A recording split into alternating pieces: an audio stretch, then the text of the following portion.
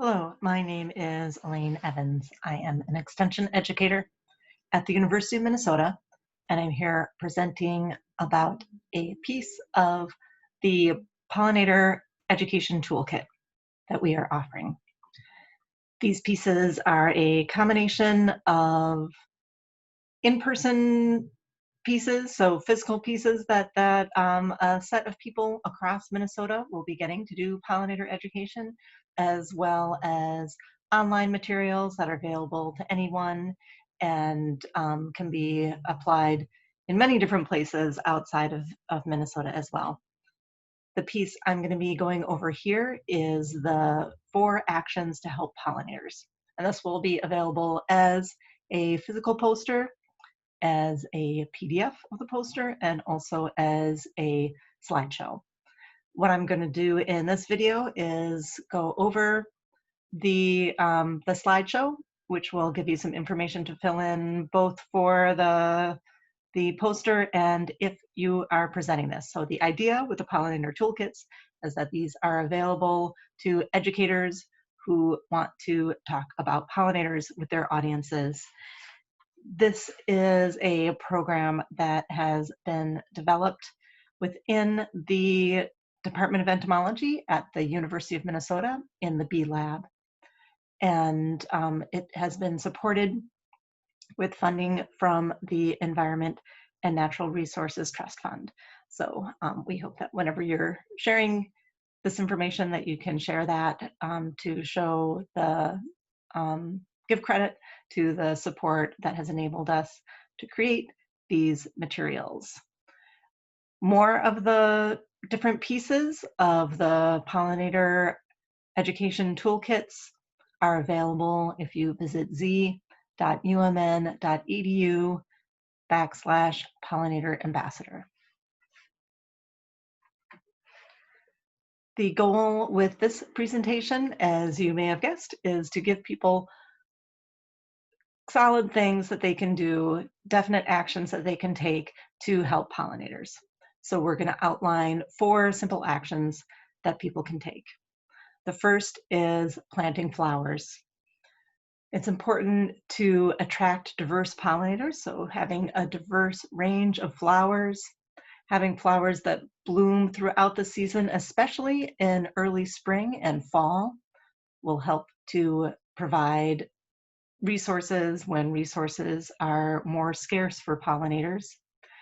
And whenever you're planting pollinator habitat, it's really important to keep those plants free of pesticides. And pesticides here includes both fungicides and insecticides, as well as herbicides. You also need to provide homes for bees, not only flowers, but places for bees and other pollinators to live. Most of the bees that we have in Minnesota are nesting in the ground, and you can help provide habitat for them by doing a variety of things. There's a lot of different places that they're nesting, and we're still learning a lot about their preferences. But you can leave the leaves, so leave dried leaves on the ground for them. Some other bees prefer bare soil, so besides having areas where you're leaving some vegetation there for them, some leaves on the ground, you can also have some bare patches. And some bees like ground that's been disturbed, some bees like ground that's been undisturbed, so having a mix of these habitats is helpful for establishing this habitat. I also want to emphasize that these are non-aggressive bees. These bees, for the most part, are solitary, so they don't have a nest where they're protecting it. They oftentimes are only out as adults for a couple of weeks during the year. The rest of the time, the young are developing underground. And you can walk right over these nests and not even know they're there. They're very gentle bees. Another group of bees to provide homes for are cavity nesting bees. So we can do this by leaving stems. If you're cutting back perennials or shrubs, if you just leave 8 inches of the stem, it helps provide some nesting habitat for these bees. And there are a wide variety of different plants that they'll use for stems. If you're interested in learning more, you can visit the Bee Lab website and visit the Learn More area and look at wild bee nests, and we have more information there about these cavity nesting bees. You can also add a log or stump to your yard. Bumblebees are another group of bees to provide homes for, and for them, it's as simple as leaving some piles of dried grass or sticks in undisturbed corners. And the queens that are looking for places to nest in the spring can find those and set up home there.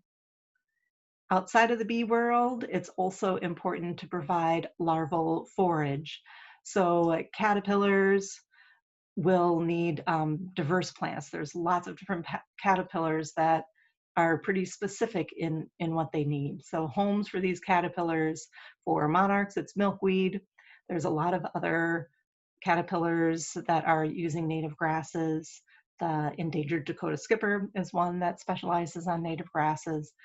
And having a diversity of different plants can help support a lot of these different caterpillars. A third action is to take climate action. So climate change hurts pollinators through a few different things. There's habitat loss, there are extreme weather events, and there are also range shifts, both in physically where they are and in the timing of when they're coming out. And sometimes pollinators are mismatching with the flowers that they need. You can help by using clean energy sources like solar and wind, planting both trees and grasslands. Grasslands like prairie grasslands and prairie plants are great at sequestering those greenhouse gases. You can also support sustainable agriculture and support environmental regulations that can help us as a society take control of what's happening and keep the environment safe, not only for pollinators, but for ourselves as well. Lastly, the final action step is to collect data. There are a lot of different community science projects that people can get involved in to help us learn more about pollinators. You can help monarchs by getting involved in the Monarch Larva Monitoring Project. To help monarchs, you can count monarch eggs and caterpillars, report what you find, and that will help increase understanding of monarch breeding biology and distribution. You can find out more at monarchjointventure.org.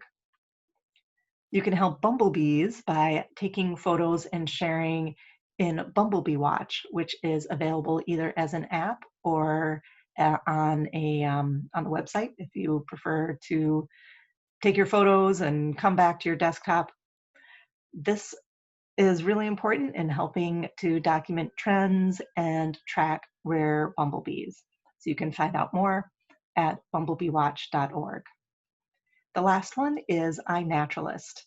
And a fun thing that everybody can do, you can encourage people who are coming to you for pollinator education to do, is to have them conduct a pollinator safari. So go out and just take photos of all kinds of different animals that are visiting flowers. You can then share those on iNaturalist. There is a whole community system for identification, and you can learn a lot about what you are seeing on your flowers by sharing them on iNaturalist. So we hope that this 4 actions information set will be a part of almost anything that you're doing.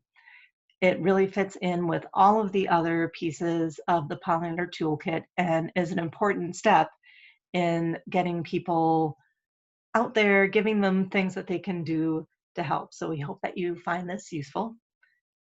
There is more information about this and many other things at the Bee Lab website at www.beelab.umn.edu. Thank you. And let's get lots of things going on out there to help our pollinators.